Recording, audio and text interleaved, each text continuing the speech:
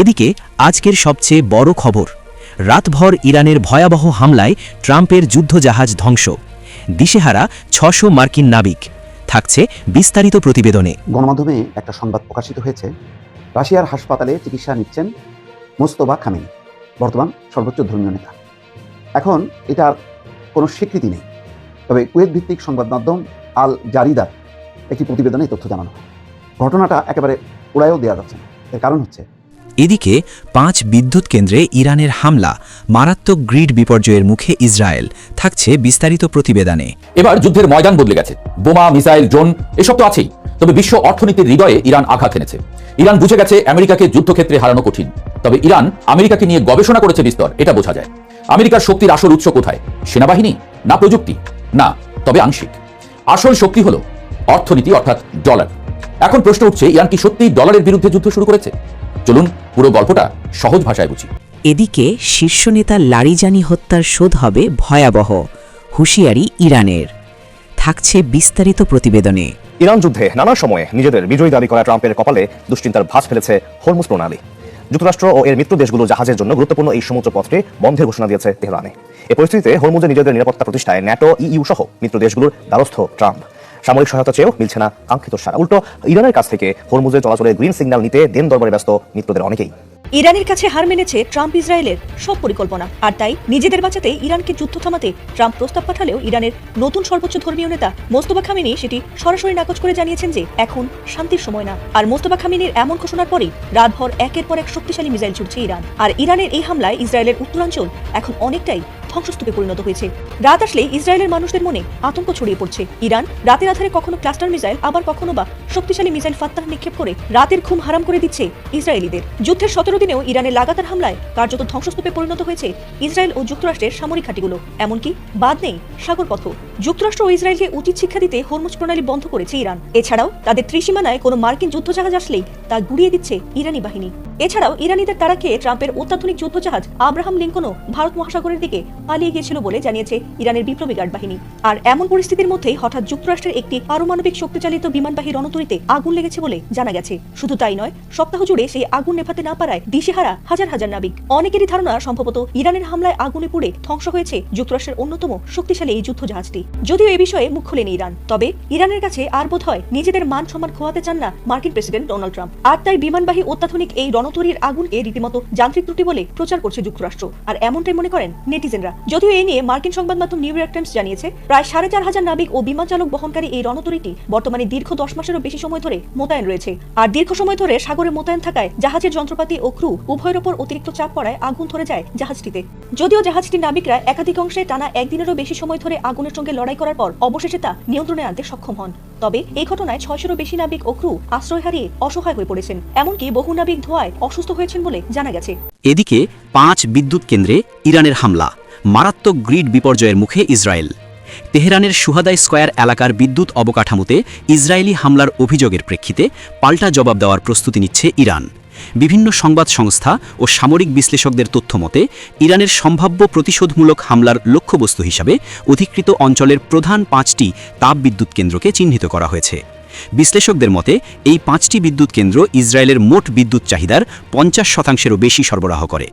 ইরানের পক্ষ থেকে এসব স্থাপনায় হামলা চালানো হলে পুরো ইসরায়েলি গ্রিড মারাত্মক বিপর্যয়ের মুখে পড়বে। সম্ভাব্য লক্ষ্যবস্তু হিসেবে চিহ্নিত ৫টি বিদ্যুৎ কেন্দ্র হল: ১. Oort Rabin power plant. এটি হাদেরার কাছে অবস্থিত। এটি ইসরায়েলের বৃহত্তম তাপ বিদ্যুৎ কেন্দ্র। এর উৎপাদন ক্ষমতা ২৫৯০ মেগাওয়াট। ১৯৮২ সালে প্রতিষ্ঠিত এই কেন্দ্রটি ইসরায়েল ইলেকট্রিক কর্পোরেশনের মালিকানাধীন। ২. রুটেনবার্গ পাওয়ার প্ল্যান্ট। অ্যাশকেলনের কাছে অবস্থিত এই কেন্দ্রের ক্ষমতা ২২৫০ মেগাওয়াট। এটি ১৯৯০ সালে কার্যক্রম শুরু করে। ৩. হাগিত কম্বাইন্ড সাইকেল পাওয়ার প্ল্যান্ট। উত্তরাঞ্চলীয় ইয়কনেয়ামের কাছে অবস্থিত ১৩৭১ মেগাওয়াট ক্ষমতার এই কেন্দ্রটি ২০০২ সালে চালু হয়। ৪. এশখোল হাইব্রিড পাওয়ার প্ল্যান্ট। আশদোদ এলাকায় অবস্থিত এই কেন্দ্রটি ৯১২ মেগাওয়াট বিদ্যুৎ উৎপাদন করে। এটি ১৯৭৪ সাল থেকে চালু রয়েছে। ৫. হারুভিত তজাফিত পাওয়ার প্ল্যান্ট। কিরিয়াত মালাখির কাছে অবস্থিত 900 মেগাওয়াট ক্ষমতার এই কেন্দ্রটি 2015 সালে চালু হয়। এটি মূলত দালিয়া পাওয়ার এনার্জি নামক একটি বেসরকারি কোম্পানির মালিকানাধীন। নিরাপত্তা ও কৌশলগত বিশ্লেষকরা বলছেন, এই স্থাপনাগুলোর যে কোনো একটিতে সামান্য ব্যাঘাত ঘটলেই ইসরায়েলের জাতীয় বিদ্যুৎ সরবরাহ ব্যবস্থা ভেঙে পড়তে পারে। তেহরান বর্তমানে এই পাল্টা হামলার কারিগরি, অর্থনৈতিক এবং নিরাপত্তা ঝুঁকিগুলো পর্যালোচনা করছে বলে জানা গেছে।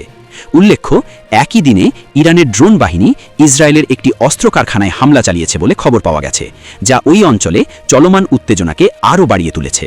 এদিকে শীর্ষ নেতা লারিজানি হত্যার শোধ হবে ভয়াবহ, হুঁশিয়ারি ইরানের। ইরানের প্রভাবশালী নিরাপত্তা কর্মকর্তা আলী লারিজানির হত্যাকে ঘিরে মধ্যপ্রাচ্যে নতুন করে উত্তেজনা ছড়িয়ে পড়েছে।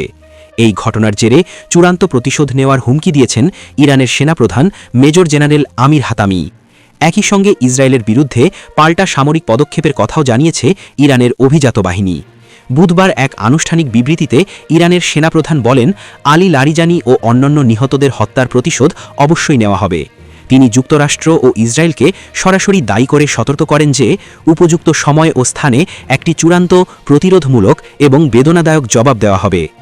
ইরানের Islamic Revolutionary Guard Corps IRGC পৃথক বিবৃতিতে জানিয়েছে, লারিজানির হত্যার প্রতিক্রিয়ায় ইতোমধ্যেই ইসরায়েলের কেন্দ্রীয় অঞ্চলে একাধিক ক্ষেপণাস্ত্র নিক্ষেপ করা হয়েছে। এই পদক্ষেপকে তারা প্রতিশোধমূলক অভিযানের অংশ হিসাবে উল্লেখ করেছে। ঘটনার সূত্রপাত মঙ্গলবার, যখন ইসরায়েলি বাহিনী ইরানের রাজধানী তেহরানে একটি বিমান হামলা চালায়। ওই অভিযানে মূল লক্ষ্য ছিলেন আলী লারিজানি। হামলার পরপরই ইসরায়েলের প্রতিরক্ষা বাহিনী IDF জানায় তিনি নিহত বা আহত হতে পারেন। পরে বুধবার বিকেলে ইরান আনুষ্ঠানিকভাবে তার মৃত্যুর খবর নিশ্চিত করে। আলী লারিজানি ছিলেন ইরানের সর্বোচ্চ নিরাপত্তা কাঠামোর অন্যতম গুরুত্বপূর্ণ ব্যক্তি। দেশটির সর্বোচ্চ নেতা আয়াতুল্লাহ আলী খামেনির ঘনিষ্ঠ সহযোগী হিসাবে তিনি পরিচিত ছিলেন এবং অনেকেই তাকে খামেনির ডান হাত বলে অভিহিত করতেন। ইরানে চলমান সংঘাতে নিহত সরকারি কর্মকর্তাদের মধ্যে লারিজানি সবচেয়ে জ্যেষ্ঠ। তার মৃত্যু ইরানের ক্ষমতার কাঠামোতে বড় ধরনের ধাক্কা হিসাবে দেখা হচ্ছে। লারিজানিকে সর্বশেষ জনসম্মুখে দেখা যায় গত 13 ফেব্রুয়ারি। ওই দিনই যুক্তরাষ্ট্র তার মাথার দাম $10 লাখ ঘোষণা করেছিল, যা তার নিরাপত্তা ঝুঁকি বাড়িয়ে দিয়েছিল বলে মনে করা হচ্ছে। বিশ্লেষকদের মতে, এই হত্যাকাণ্ড ও পাল্টা হুমকির ফলে ইরান ইসরায়েল উত্তেজনা আরও বাড়তে পারে। এতে মধ্যপ্রাচ্যে বড় ধরনের সংঘাতের ঝুঁকিও উড়িয়ে দেওয়া যাচ্ছে না। আলী লারিজানির মৃত্যু শুধু একটি উচ্চপদস্থ কর্মকর্তার হত্যাই নয়, বরং এটি আঞ্চলিক রাজনীতিতে বড় ধরনের প্রতিক্রিয়ার জন্ম দিয়েছে। তথ্যসূত্র BBC।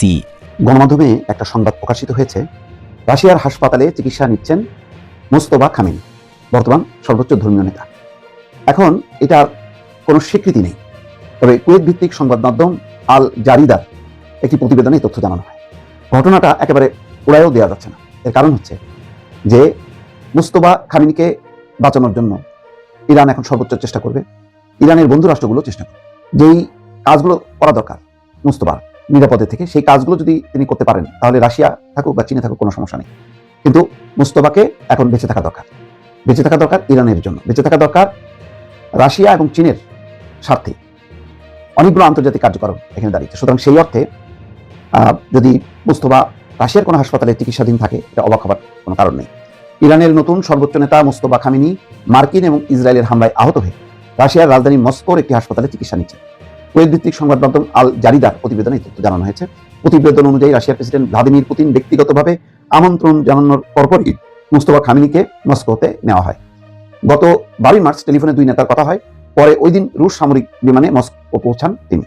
এ বিষয়ে রুশ প্রেসিডেন্টের কার্যালয় ক্রেমলিনের পক্ষ থেকে আনুষ্ঠানিক কোনো বক্তব্য পাওয়া যায়। এটা আরেকটা কারণও হতে পারে যে যেহেতু কুয়েতের গণমাধ্যম প্রকাশ করেছে কুয়েত এখন আক্রান্ত ইরানের দ্বারা, সুতরাং মোস্তফা খামেনি নেই দেশে, এটা যদি প্রচার হয় তাহলে ইরানের বাহিনী, জনগণ তারা মনোবল হারাবে। আমি আগেই বলেছি যে এটা কিন্তু একটা মনস্তাত্ত্বিক লড়াই। যারা মানসিকভাবে শক্তিশালী থাকবে তারা জিতবে। সমরাস্ত্রের চেয়ে সামরিক শক্তি থেকে এখন মনস্তাত্ত্বিক শক্তিটা অনেক বেশি গুরুত্বপূর্ণ এখানে। তো এখন সেই একটা কারণ হতে পারে।